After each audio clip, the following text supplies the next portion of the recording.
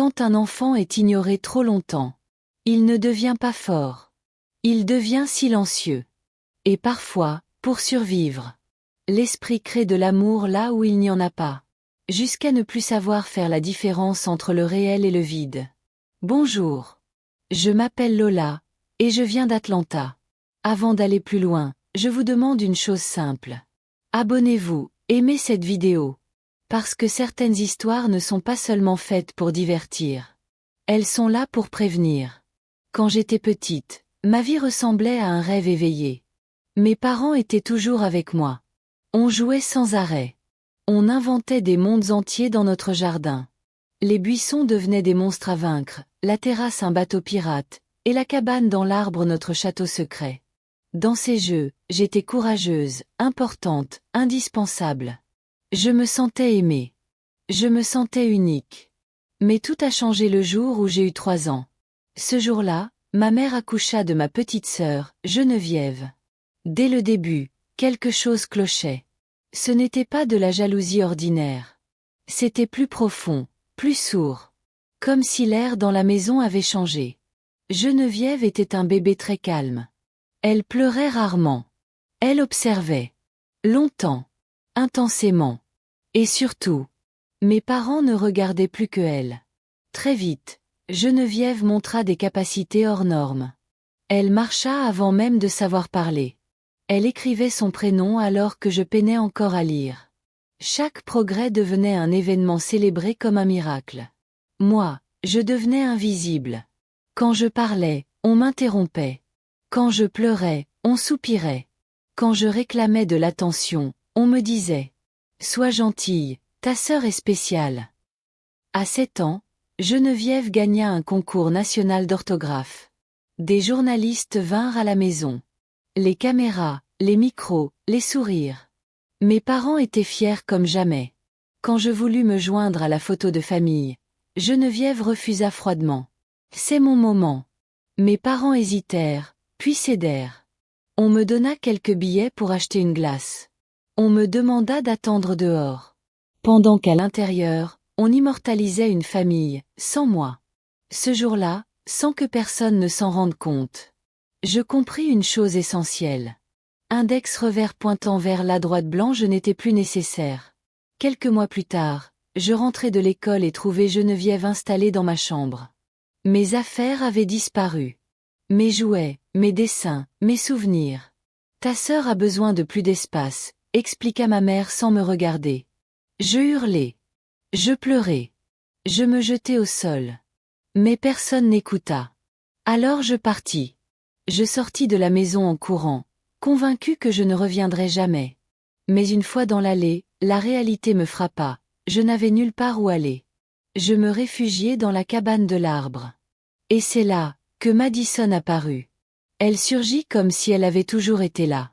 Elle me fixa, me sourit, et me vola ma barre chocolatée.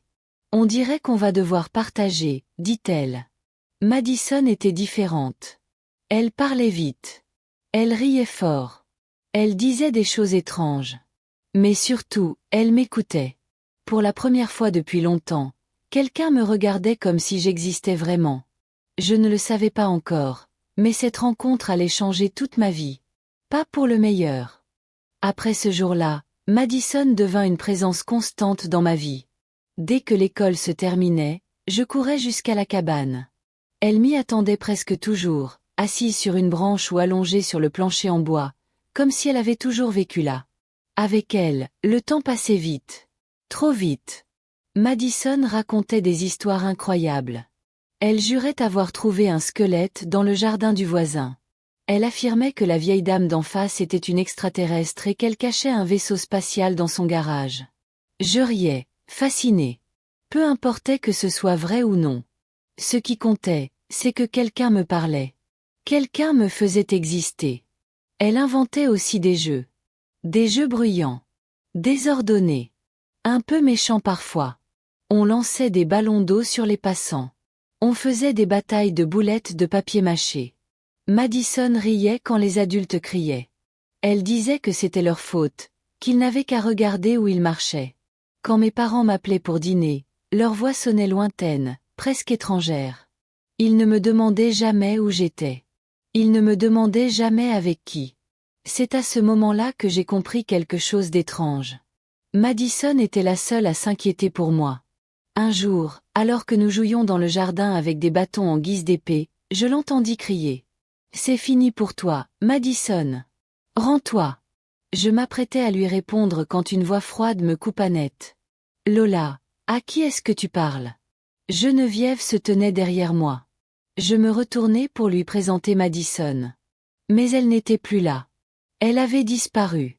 Comme si elle n'avait jamais existé. « À Madison », répondis-je naturellement.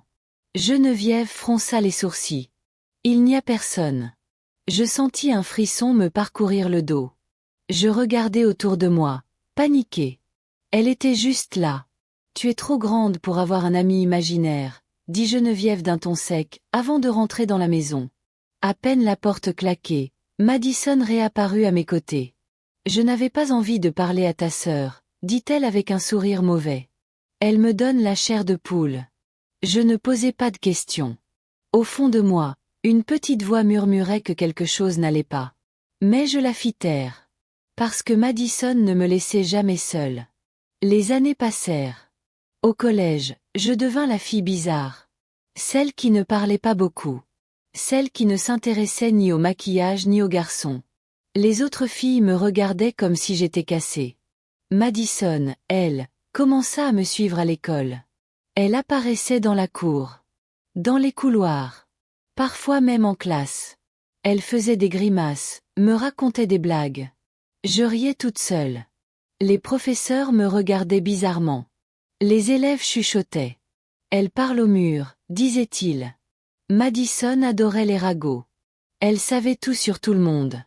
Et quand quelqu'un essayait de m'intimider, elle me soufflait exactement quoi dire. « Regarde-le, on dirait un rat », murmurait-elle. « Dis-lui que son haleine pue. » Et je le faisais. À chaque fois, je me sentais plus forte, plus courageuse, mais aussi, plus en colère. Un jour, j'obtins un rôle dans une pièce de théâtre scolaire. J'avais un long monologue. J'étais terrifiée. Mes parents ne vinrent pas. Geneviève avait encore un concours d'orthographe. Juste avant d'entrer sur scène, Madison apparut au premier rang. « Tu vas assurer, » dit-elle. « Ils vont tous te regarder. » Et j'ai été incroyable. Pour la première fois de ma vie, j'ai senti les regards posés sur moi. De l'admiration. De l'attention. Mais à la maison, personne ne s'en soucia. Le lendemain, on m'emmena à un autre concours de Geneviève. Madison souriait. Elle avait un sac. Un sac rempli de fourmis. Ce jour-là, je ris comme jamais. Mais au fond, quelque chose avait changé. Madison ne me protégeait plus seulement. Elle me poussait vers quelque chose de plus sombre. Et je ne savais pas encore à quel point. J'avais 15 ans quand Madison disparut. Ce n'était pas une disparition brutale. Pas de cris. Pas d'adieu. Juste, le silence. Nous étions partis en vacances en famille. Une semaine entière. Une semaine pendant laquelle je ne l'avais ni vu ni entendu. Au début, ça ne m'inquiéta pas. Madison avait parfois besoin de s'absenter. Elle disait qu'elle avait ses propres affaires. Mais en rentrant à la maison, quelque chose clochait. Je courus jusqu'à la cabane dans l'arbre. Elle était vide. Je fouillai l'école, les couloirs, la cour, les toilettes. Rien. Madison. Appelai-je à voix basse. Aucune réponse. Le soir, je finis par exploser. Je n'arrive pas à la trouver. Criai-je à mes parents. Ils soupirèrent. Geneviève leva les yeux de son livre. Lola, dit-elle doucement, tu sais que ce n'est pas normal.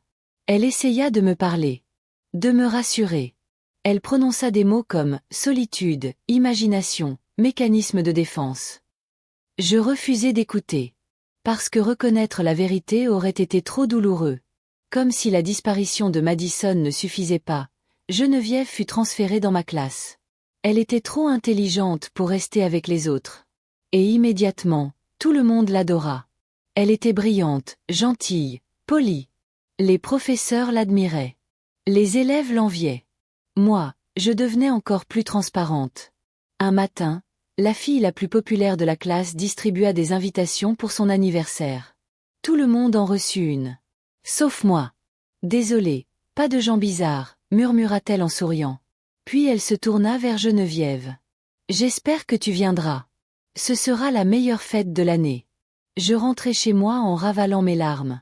Je m'arrêtai dans une boutique de bonbons pour me remonter le moral. C'est là que je le remarquai. Un garçon me regardait. Puis il me suivit. Mon cœur s'emballa. Je le semai dans un rayon. Puis je lui sautai dessus. Il cria de douleur. « Pourquoi tu me suis ?» Il tira quelque chose de mon dos. Un papier. Sur lequel était écrit, en grosses lettres noires. « Loser ». Je m'effondrai. Et c'est à ce moment-là qu'il posa une main sur mon épaule. « Tu n'es pas une perdante, dit-il doucement. » Il s'appelait Hunter. Hunter était gentil. Drôle. Il aimait les mêmes livres que moi. Les mêmes films. Avec lui, je me sentais légère. Normal. Peu à peu, il prit la place que Madison avait laissée vide. Il m'écoutait quand je parlais de mes parents. Il ne me comparait jamais à Geneviève. Je commençais à tomber amoureuse. Mais sans que je m'en rende compte, quelque chose d'étrange se produisait. Hunter n'était jamais là quand mes parents rentraient dans la pièce. Jamais présent quand un adulte le cherchait. Je ne posais pas de questions. Parce que cette fois encore, j'avais trop peur de perdre ce que j'aimais. Et au fond de moi, une pensée terrible commençait à naître. Index revers la droite blanc et si Hunter n'était qu'une autre Madison. Mais plus dangereuse? Un soir, mes parents me convoquèrent dans la cuisine. Ils étaient debout, sérieux, presque solennels. Geneviève se tenait entre eux, droite, silencieuse. Lola, commença mon père, nous avons une grande nouvelle. Geneviève venait d'être acceptée dans une prestigieuse académie à Chicago. Une nouvelle vie. Un nouveau départ. Chicago? Répétai-je, incrédule. Non. Je ne pars pas. Je pensais immédiatement à Hunter. À la seule personne qui me faisait me sentir vivante. Tu es égoïste, répondit ma mère. Tu te feras de nouveaux amis. Je quittai la pièce en claquant la porte. 10 minutes plus tard, quelqu'un frappa doucement. Geneviève entra. Elle s'assit sur mon lit, mal à l'aise. « Je sais que tu me détestes, dit-elle. Mais ce n'est pas aussi simple que tu le crois. » Je laissai exploser des années de colère. Je lui reprochais tout.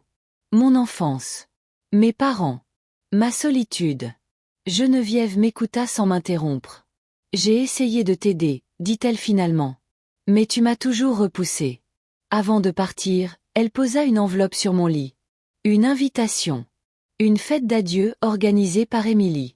Je n'avais jamais été invitée à une fête auparavant. Mon cœur battait trop vite. J'invitai Hunter. Il accepta. Le soir venu, la maison d'Émilie ressemblait à un palace. Musique forte. Lumière. Rire. Et Hunter était là. Avec moi. Je me sentais enfin à ma place. Quand une chanson lente commença, je pris mon courage à deux mains. « Tu veux danser ?» Il sourit. Il me serra contre lui. Son parfum. Sa chaleur. Je levai les yeux vers lui. « Je t'aime. »« Moi aussi, » répondit-il. Je l'embrassai. Puis, le silence. Un rire éclata. Puis un autre. Je rouvris les yeux. Hunter avait disparu. Tout le monde me regardait. Émilie pointa un écran géant. Une vidéo passait en boucle. Moi. Seule. Dansant dans le vide. Embrassant l'air. Regardez la folle avec son petit ami imaginaire. Je sentis le sol se dérober sous mes pieds. Je courus. Je pleurai. Je me réfugiai dans la cabane. Quelques minutes plus tard, Geneviève entra. « Parle-moi, » supplia-t-elle. Je sanglotai. Il n'a jamais existé, je suis vraiment folle. Geneviève secoua la tête. Non. Tu étais seule. Et ton esprit a fait ce qu'il pouvait pour survivre. Je voulais la croire. Mais quelque chose en moi était brisé pour de bon. Alors Geneviève dit quelque chose qui changea tout. On ne peut pas effacer ce qu'ils t'ont fait. Mais on peut leur faire payer. Cette nuit-là, nous sommes allés à la boucherie de mon père. Nous avons pris de la viande crue. Puis nous sommes retournés chez Émilie. Les cris. L'odeur. Les rires nerveux. Mais la vengeance n'a pas guéri ma douleur. Elle l'a seulement rendue plus profonde.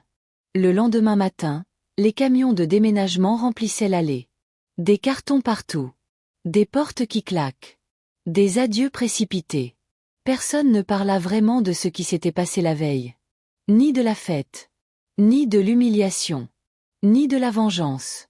Comme si le silence pouvait effacer les images. Avant de partir pour de bon, je montai une dernière fois dans la cabane de l'arbre. Le bois grinçait sous mes pas. L'endroit semblait plus petit qu'avant. Plus vide. Et puis, elles apparurent. Madison. Hunter. Ils étaient là, côte à côte, calmes, presque tristes. « Pourquoi vous êtes revenus ?» demandai-je d'une voix tremblante. « Pour dire au revoir », répondit Madison. Hunter me sourit. « Tu n'as plus besoin de nous maintenant. » Je sentis mes yeux se remplir de larmes. « Restez, s'il vous plaît. » Madison secoua la tête. « Si on reste, tu ne guériras jamais. » Ils commencèrent à s'éloigner. Leur silhouette devenait floue, comme avalée par l'air. « Merci, murmurai-je. Vous m'avez sauvé. » Madison se retourna une dernière fois. « Non, Lola. On t'a seulement aidé à tenir, jusqu'à ce que quelqu'un d'autre le fasse. » Puis ils disparurent. Pour de bon. À Chicago, la vie reprit. Ou du moins, elle fit semblant. Geneviève tint sa promesse. Elle passa plus de temps avec moi. Elle abandonna les concours. Un soir, elle craqua. « Je déteste être parfaite », avoua-t-elle. « Je fais tout ça pour eux. Pas pour moi. » Je la soutins. Pour la première fois, j'étais là pour quelqu'un. On aurait pu croire que tout allait enfin s'arranger. Mais la vérité est moins belle. Je n'ai plus jamais recréé d'amis imaginaires. Je n'ai plus jamais inventé de voix. À la place, j'ai appris à me taire. À sourire quand on m'ignore. À hocher la tête quand on me parle sans m'écouter. Parfois, la nuit, je me réveille avec l'impression que quelqu'un est assis au pied de mon lit. Je n'ouvre pas les yeux. Parce que je sais que si je les ouvre, et que quelqu'un est là, alors ça voudra dire que je suis de nouveau seule. Et que mon esprit a recommencé à chercher une issue.